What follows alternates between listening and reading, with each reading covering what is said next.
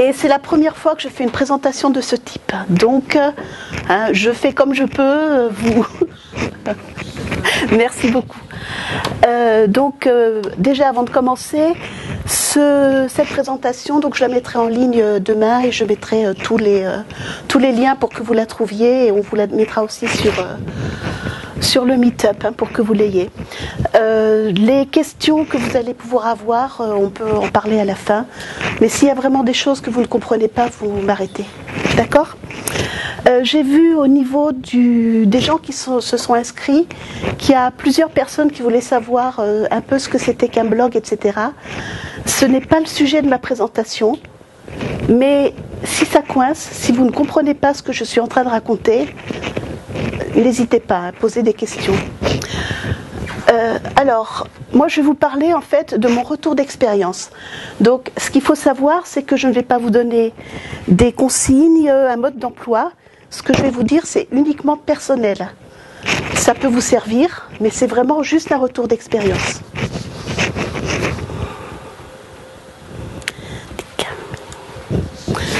Donc, le plan de la présentation, je ne vais pas y rester puisque c'est pour que vous puissiez vous y retrouver quand vous relirez un petit peu, quand vous verrez. Alors, qu'est-ce qui me permet de vous parler ? Qui je suis ? Eh bien, d'abord, moi j'ai commencé à formaliser mes recherches en généalogie en 2009. Avant, ça m'intéressait, mais je n'avais pas vraiment le temps. Et en 2009, suite à différents problèmes familiaux, comme beaucoup de monde, j'ai voulu aller un petit peu plus loin. J'ai récupéré les documents qu'avaient mes parents, qu'avaient mes grands-parents. Et puis, je me suis lancée. J'ai créé mon blog, donc je me suis lancée en 2009. J'ai créé mon blog en 2012. J'ai créé mon blog parce que je suis sur Internet depuis pas mal de temps et que j'ai eu envie de partager. Donc, j'ai un blog, Chronique d'antan, qui existe depuis 2012. Et vous aurez les liens, vous pourrez aller voir si vous êtes curieux de voir à quoi ça ressemble. Je suis sur Twitter depuis septembre 2012. Twitter, c'est un réseau social. Donc il y a Facebook, il y a Twitter. Twitter, c'est assez utilisé par les généalogistes. On commence à être un certain nombre à fonctionner sur Twitter, à se parler, etc. J'ai aussi une page Facebook que je n'ai pas indiquée ici.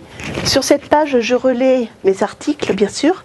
Je relais des articles qui m'intéressent, que je trouve un petit peu partout, et des informations de généalogie. Bon, c'est juste une page Facebook, comme il y en a beaucoup. Au niveau du Challenge AZ, cette année, en fait, il a commencé sa première édition, c'était en 2013.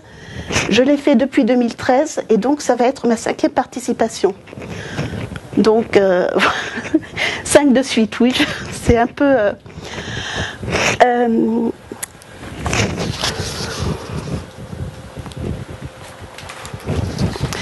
Alors, arrivons au vif du sujet. Qu'est-ce que c'est que le Challenge AZ ? Déjà, ce qu'il faut dire avant de commencer, c'est que, en fait, Internet, c'est un petit peu un grand club d'écriture. C'est-à-dire que tous les gens qui aiment écrire, beaucoup de gens qui aiment écrire, partagent des choses, des documents qu'ils font sur Internet. Donc, des petites histoires, des romans, etc. C'est quelque chose qui est très, très présent aux États-Unis, où depuis des années, il y a des challenges d'écriture, des gens qui se reconnaissent autour d'un même sujet, vont écrire des nouvelles, des choses comme ça. Et ils vont faire des espèces de petites... Comment est-ce qu'on peut dire un challenge ? En fait, ils vont se donner effectivement un objectif commun. Essayer de parler d'un sujet, essayer de parler sur des thèmes, sur des dates, des choses comme ça. Au niveau de la généalogie, ça existait depuis quelque temps. Et puis en 2013, quelqu'un que vous connaissez probablement, Sophie Boudarel, qui est généalogiste professionnelle, elle s'est dit « Pourquoi est-ce que je n'essaierais pas de lancer ce genre d'opération en France ?» Il commençait à y avoir un certain nombre de blogueurs en généalogie qui étaient présents sur les réseaux sociaux. Donc, a priori, elle s'est dit « Pourquoi pas ?» Et donc en fait, le 28 février 2013,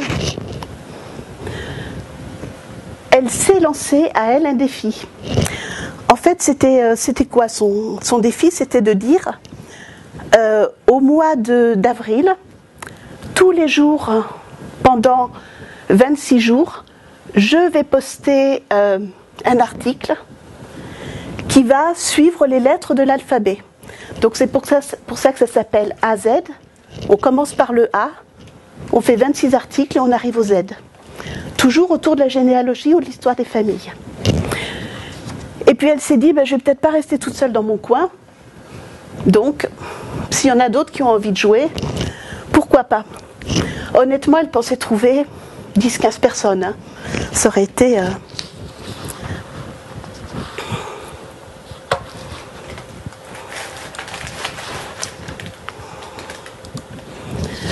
Alors, pour mieux comprendre, en fait, ce qui va se passer sur un mois calendaire, un mois de 30 jours,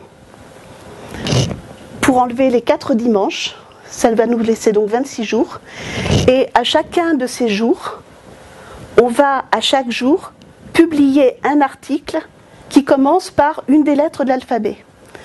Donc le premier du mois, on va faire un article qui commence par, dont le titre ou dont le sujet commence par A. Donc par exemple, vous allez avoir A comme archive, B comme baptême, C comme contrat. Et puis à vous de faire tourner votre imagination pour aller jusqu'au bout et puis pour trouver des Z, des W, des choses sympathiques. Alors ça c'est par exemple l'année dernière, un certain nombre d'exemples sur ce qu'on avait fait par exemple avec le G. Donc on avait un G comme gendre, G comme gendarme, celui-là je le connais, c'était moi. G comme Gauthier, G comme garçonnet. Les titres et les thèmes ne vous sont pas exclusifs. C'est-à-dire que par exemple le A comme archive, il va peut-être y avoir 5, 6, 7 personnes qui le font. Ça n'est pas un problème, hein. On n'essaie pas d'avoir une chose exclusive. Ce qui est intéressant, c'est d'avoir des façons différentes d'aborder les sujets. D'accord ? Donc, si jamais vous voulez y participer, il ne faut pas se dire j'utilise une lettre qui a été déjà utilisée. On s'en fiche. Ça n'a aucune importance. Toutes les lettres sont à tout le monde et tous les thèmes sont à tout le monde.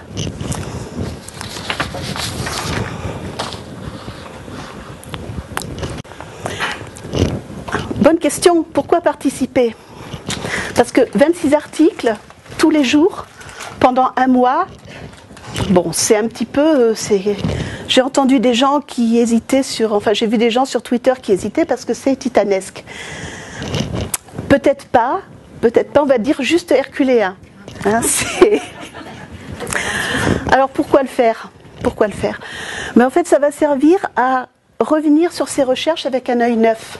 Parce que vos ancêtres, vous les connaissez. Votre histoire, vous la connaissez. Si vous avez un blog, c'est que vous avez envie de la partager. Envie d'écrire pour vous et envie d'écrire pour être lu. Mais racontez toujours les choses sous le même angle. Aujourd'hui, je vais vous parler de mon ancêtre Pierre Dupont. Et puis après, je vais vous parler du baptême de bidule machin. Vous-même, vous allez finir par vous ennuyer. Vous allez finir par vous dire que en fait, vous n'avez rien à raconter et rien de passionnant à dire. Ça, c'est le gros écueil. Pourquoi est-ce que je le ferai? Je n'ai rien à dire. Ben, si vous avez tous quelque chose à dire, on a tous des choses à dire. Déjà, on a beaucoup de choses à dire parce qu'en fait, on va être lu par des gens qui sont dans la même situation que nous et qui ont envie de lire ce que vous avez à raconter parce qu'ils ont aussi des choses à raconter qui vont vous intéresser. Donc déjà, vous avez un public. Et travailler comme ça en se mettant une contrainte du genre il faut que je trouve quelque chose avec un W. Eh bien, vous allez voir votre généalogie d'un autre œil. Il va falloir faire preuve d'imagination avec des choses que vous connaissez, avec votre histoire familiale à vous. Et puis une chose très intéressante, vous allez vous confronter à d'autres généalogistes. Se confronter, c'est pas agressif, hein, c'est juste parce que ça va faire travailler effectivement votre imagination, votre cerveau, c'est très positif. Des généalogistes qui écrivent, mais aussi des généalogistes qui vont, ou des lecteurs qui vont venir commenter vos articles. Vous allez parler de quelque chose sur une lettre, quelle qu'elle soit, et les gens vont venir. Ils vont vous dire, mais est-ce que vous avez pensé à regarder ça ? Ça va vous donner des pistes, ça va leur faire penser à quelque chose à eux. Donc, pour vos lecteurs et pour vous, c'est un exercice qui peut aider à avancer. C'est prouvé, ça a marché.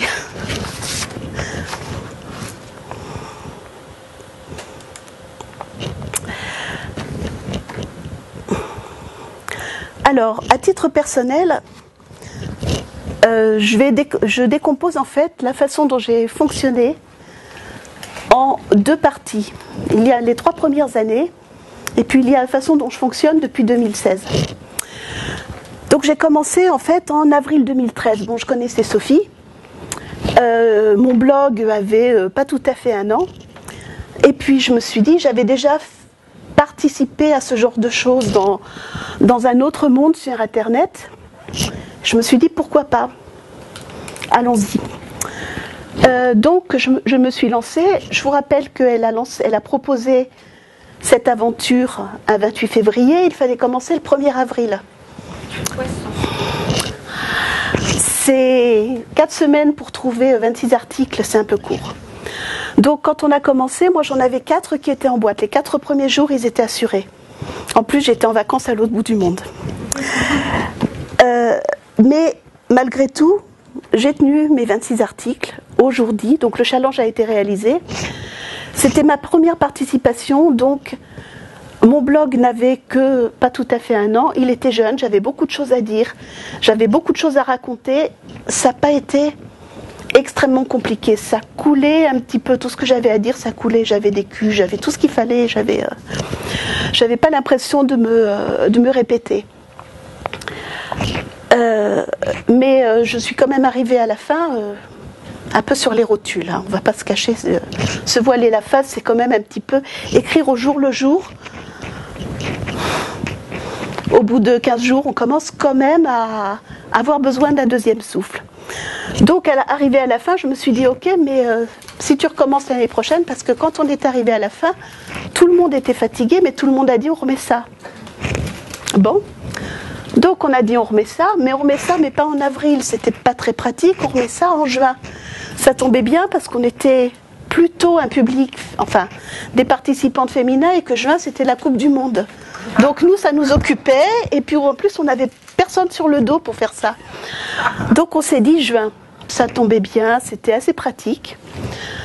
Et à titre personnel, je me suis dit, d'accord, mais tu ne te lances pas comme ça juste avant, tu te prépares. Donc tu essaies de te préparer, tu essaies de faire court, parce que ceux qui me connaissent sauront que j'écris un peu trop long, et tu essaies d'avoir un fil conducteur. Donc j'ai trouvé un fil conducteur. J'ai décidé de partir à partir de documents que j'avais, donc un contrat de mariage, un faire-part, quelque chose, et de raconter juste l'histoire de ce document. J'ai pas tenu le rythme. J'avais pourtant du temps, je m'étais préparée, et puis j'ai pas tenu le rythme, je n'ai fait que 16 articles. Et donc j'ai dit, c'est pas la peine, tu y arrives pas, tu laisses tomber. Et puis l'année est passée, je m'étais bien promis que je ne recommencerais plus. Et à partir d'avril-mai, sur les réseaux sociaux sur lesquels je sévis, il y avait beaucoup de monde qui commençait à parler du challenge AZ. Je suis en retard, j'ai pas de thème, je ne sais pas ce que je vais raconter.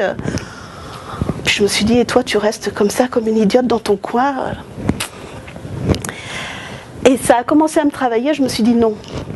C'est une telle aventure intellectuelle mais humaine aussi, parce que vous partagez des choses avec des gens que vous connaissez à peine et que vous finissez par vraiment connaître à force de partager ce genre d'aventure. Je me suis dit, tu te lances. On était la dernière semaine du mois de mai. Bon, c'était pas gagné. Hein. Je n'avais pas de thème, j'avais pas de fil directeur. Je me suis dit, c'est pas grave. Je crois que j'ai écrit effectivement à peu près au jour le jour. j'ai quand même réussi à tenir le challenge. Je suis arrivée au bout et je me suis dit, plus jamais, plus comme ça. Pourquoi plus comme ça? Parce que quand vous êtes toujours en train de travailler dans l'urgence, vous réussissez à force d'imagination à trouver des choses à raconter, parce que honnêtement, on a tous des choses à dire, on peut tous y arriver. Mais vous passez votre temps à ne penser plus qu'à ça. Et donc, je me suis dit, tu écris, tu as le nez dans le guidon, tu ne fais plus tes recherches, ça ne t'apporte rien, tu n'as pas beaucoup de commentaires, et ça finissait par devenir un petit peu frustrant. Donc j'ai pensé, puis bon, ça faisait 3 ans que je le faisais, je commençais à manquer un petit peu d'idées. Quelques petites explications de choses que j'avais faites. Donc par exemple, ça c'était la première année, j'avais écrit un Z comme zen, c'était le dernier. On arrivait à la fin. Ça c'est un article qui m'a pris 10 minutes à écrire parce qu'il n'y avait aucune recherche. C'était juste un ressenti, c'était on arrive au bout. Je suis zen parce que quand je regarde en fait mes ancêtres, je suis toujours en train de me plaindre, mais leur vie à eux, elle était quand même bien plus compliquée que la mienne. Donc soyons zen. Vous voyez, ça m'a pris 10 minutes à écrire. Hein, mais c'était quand même dans le thème. J'avais écrit un C comme Couperin, parce qu'un jour, dans un contrat de mariage, je suis tombée sur un François Couperin qui était témoin au mariage d'un ancêtre de mon mari, et que moi j'étais au lycée François Couperin quand j'étais jeune fille. Donc je me suis dit, celle-là, tu la rates pas quand même. Et puis en 2015, quand on a parlé j'ai écrit un N comme Nansen parce que j'avais dans mes documents les passeports Nansen de mes beaux-parents qui étaient apatrides. Et j'ai eu envie de parler de ce passeport Nansen, surtout à l'époque où on parlait beaucoup de nationalité, de choses comme ça. Donc je me suis dit, voilà, qu'est-ce que c'est qu'un passeport Nansen? Qu'est-ce que c'est qu'une nationalité? Vous pouvez parler de ce que vous voulez. C'est votre blog, c'est votre histoire, c'est votre challenge. D'accord? Ça peut être beaucoup de recherche, ça peut être juste un billet d'humeur.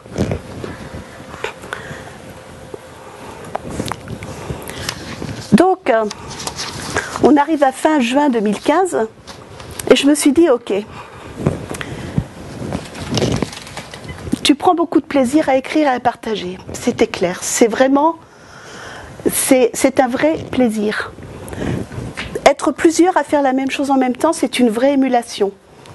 Parce que quand on en a un petit peu marre, les autres disent, ils sont là, ils vous lisent, vous êtes plusieurs à vous lire, il y a des commentaires, ça vous donne envie de continuer. Et puis vous continuez, vous fouillez un petit peu dans ce que vous avez déjà trouvé, donc vous redécouvrez vos recherches. C'est toujours bien de revenir sur ce qu'on croyait connaître. En même temps, ce qui est difficile, c'est que quand vous faites ça, vous n'avez aucune construction sur le moyen terme. Si vous n'avez pas de thème, si vous ne savez pas où vous allez, enfin à mon niveau, à moi, vous écrivez des choses, mais c'est décousu, et par rapport à une construction, à des recherches généalogiques, vous partez dans tous les sens et vous avez l'impression que ça ne vous apporte pas grand-chose. Ça n'avait aucun impact sur mes recherches, puisque je ne faisais qu'écrire. Et je me suis dit, ça ne va pas. Est-ce que ce challenge, tu peux l'utiliser comme un atout pour avancer dans tes recherches? Parallèlement à la même époque, je me disais, je partais dans tous les sens au niveau des recherches. C'est-à-dire que je recherchais sur tout mon arbre à la fois. J'allais passer 2 jours sur le Languedoc, et puis après j'allais passer 3 jours à tel endroit, puis 2 heures ici, et puis ça n'avançait à rien. Donc pourquoi ne pas changer un petit peu de façon de travailler? Déjà, la première étape, c'est de considérer que le challenge AZ, c'est un petit peu comme un marathon. Alors, je suis mal placée pour le faire, parce que si je cours 5 km, déjà, je serai à l'hôpital, mais il n'empêche. Ce que je veux dire par là, c'est que c'est quelque chose qui se prépare. On peut le faire, hein, en arrivant la veille, etc.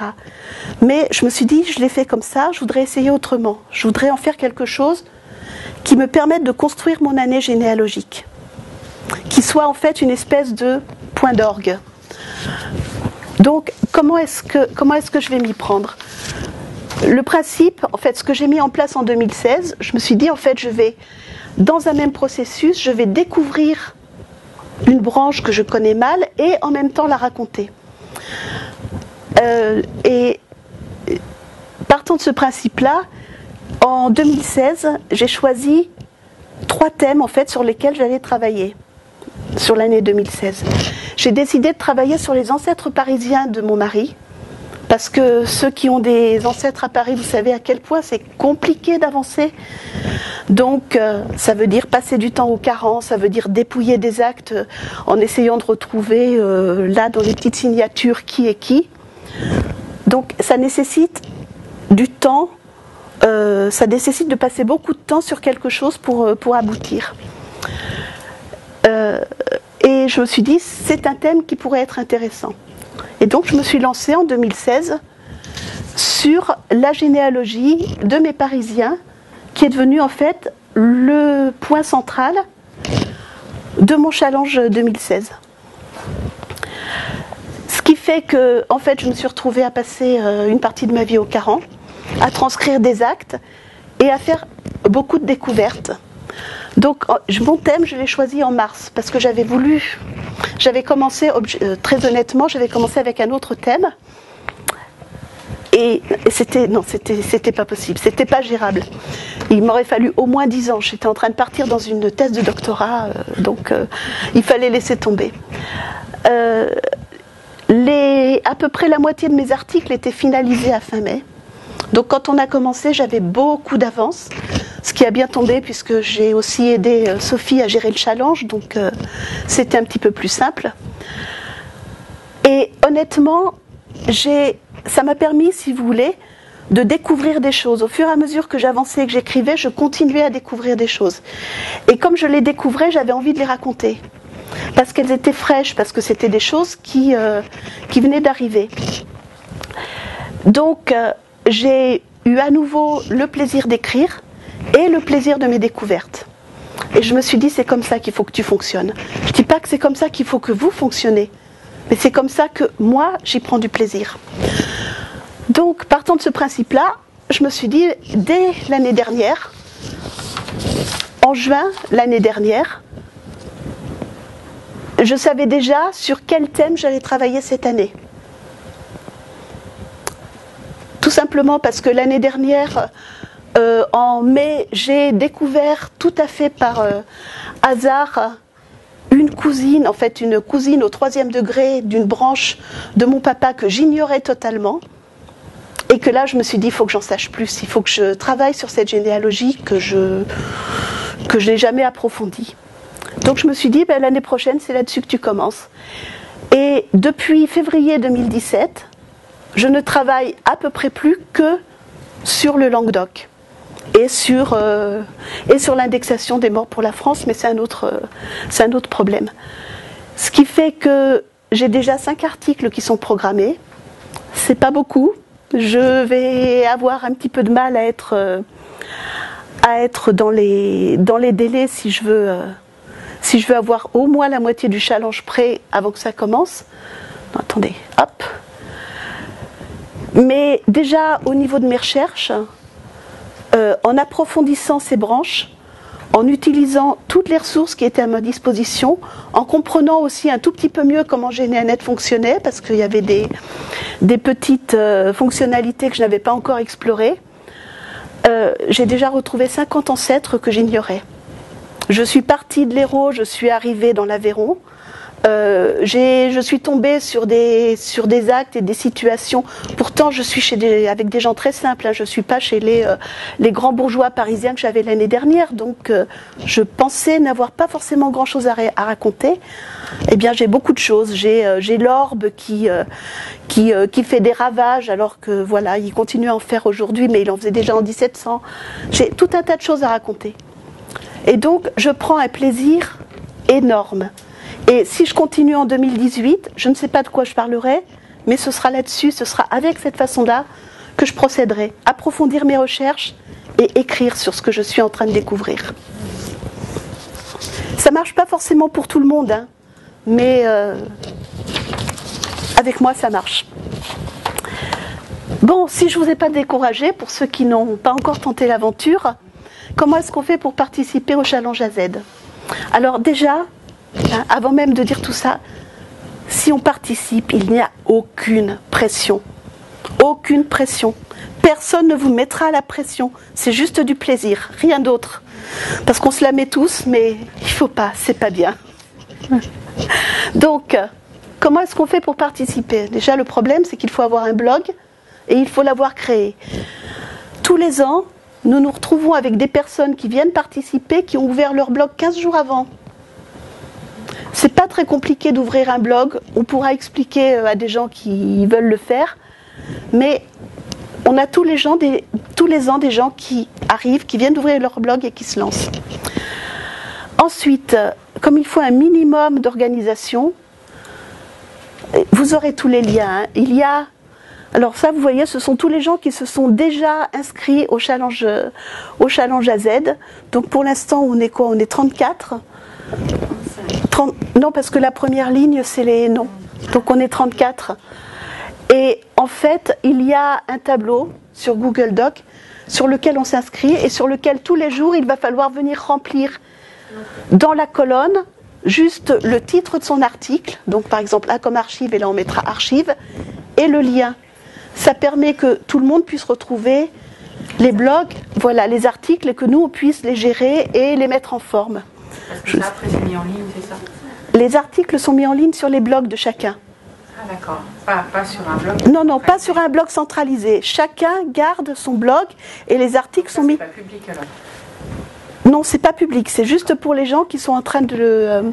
c'est juste pour les gens qui sont en train d'écrire. C'est eux qui les mettent, parce que ça nous évite à nous de le faire. Ensuite, vous écrivez vos articles, vous les programmez. De préférence, le premier jour, c'est le A, et le deuxième jour, c'est le B, etc. Parce qu'il y a toujours des gens qui s'amusent à commencer par l'arrière ou n'importe comment. Et très honnêtement, pour les deux jeunes femmes qui le gèrent, c'est galère. Sérieusement, c'est galère. Pensez à notre santé. Donc, vous remplissez ce petit Google Doc et ce que je vous recommande, c'est de vous amuser. Si on n'y prend pas de plaisir, on laisse tomber. C'est indispensable. C'est la même chose pour les blogs, c'est la même chose pour... C'est un plaisir. La généalogie, c'est un plaisir. Écrire dans un blog, c'est un plaisir. Dès que ça devient une contrainte et un stress, on fait une pause. C'est indispensable. Sinon, il y a assez de choses dans notre vie pour nous stresser. Donc, il y a des gens qui écrivent et puis il y a des gens qui lisent. Les gens qui écrivent essaient de lire, mais ils lisent après, hein, la plupart du temps. On a un petit hashtag, Challenge AZ. Donc si vous avez un compte Twitter, vous regardez le hashtag Challenge AZ et vous allez voir à partir de, déjà maintenant, mais à partir de juin, vous aurez la plupart du temps les liens vers les articles.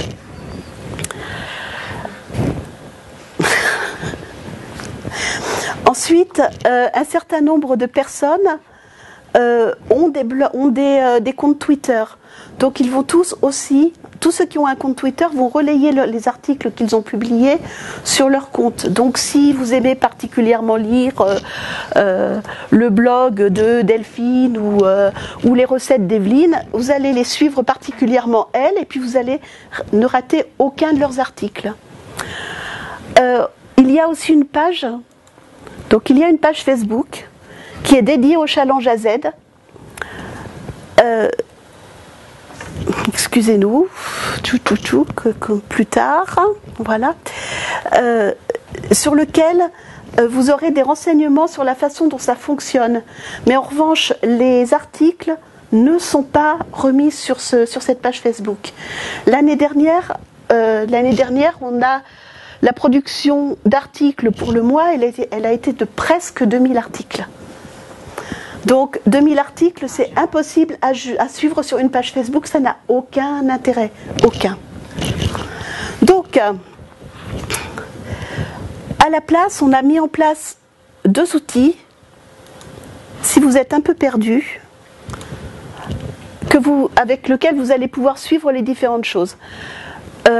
Sophie a créé un magazine Flipboard. Flipboard, c'est un outil qui vous permet d'agréger les articles que vous aimez sur le net comme une sorte de magazine. Donc ne vous inquiétez pas, tous les liens, vous pourrez récupérer les liens.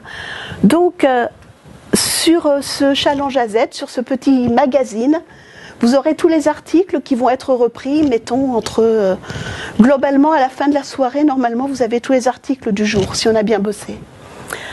Ça vous permet de lire au fur et à mesure, sans aller directement sur tous les blogs. Il y a une autre façon de le lire, c'est à partir d'Evernote. Je ne sais pas si vous connaissez Evernote. C'est un carnet de prise de notes. Et donc,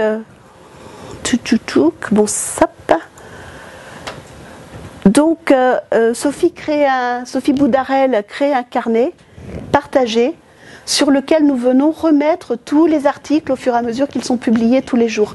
D'où l'intérêt d'avoir rempli la petite fiche Google Docs, parce que sinon on n'arrive pas à les suivre.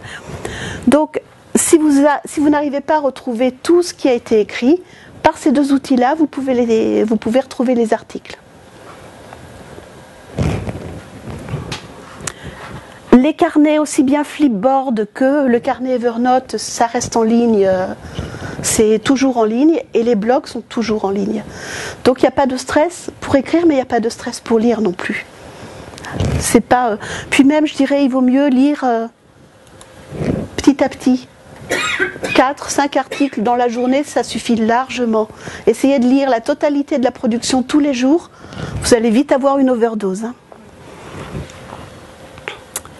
Pour terminer, le Challenge AZ, ça peut servir à booster votre blog de généalogie. Si vous voulez booster votre blog, il y a d'autres possibilités. Déjà, la Gazette des Ancêtres, donc Sophie Boudarel, elle propose tous les mois ce qu'on appelle des généathèmes. C'est-à-dire qu'elle va vous proposer d'écrire sur un thème en particulier. Par exemple, au mois d'avril, elle a proposé d'écrire sur des sosas particuliers, du genre le sosa 666, à qui certains prêtent des pouvoirs maléfiques ou bénéfiques, comme on veut, ou le sosa 1000, ou bien de parler de vos paysans. On a tous des paysans, et si on parlait de nos paysans. Donc si vous voulez, ce sont des thèmes qui vont être choisis par rapport à l'actualité du moment, histoire que, toujours pour éviter cette question, mais qu'est-ce que je vais bien pouvoir raconter et j'ai rien à dire? C'est pas vrai. On a tous des choses à dire. Et puis un autre généalogiste professionnel, Guillaume Schex, qui a proposé ce qu'il appelle les rendez-vous ancestraux. Donc nous avons au moins une participante ici, oui,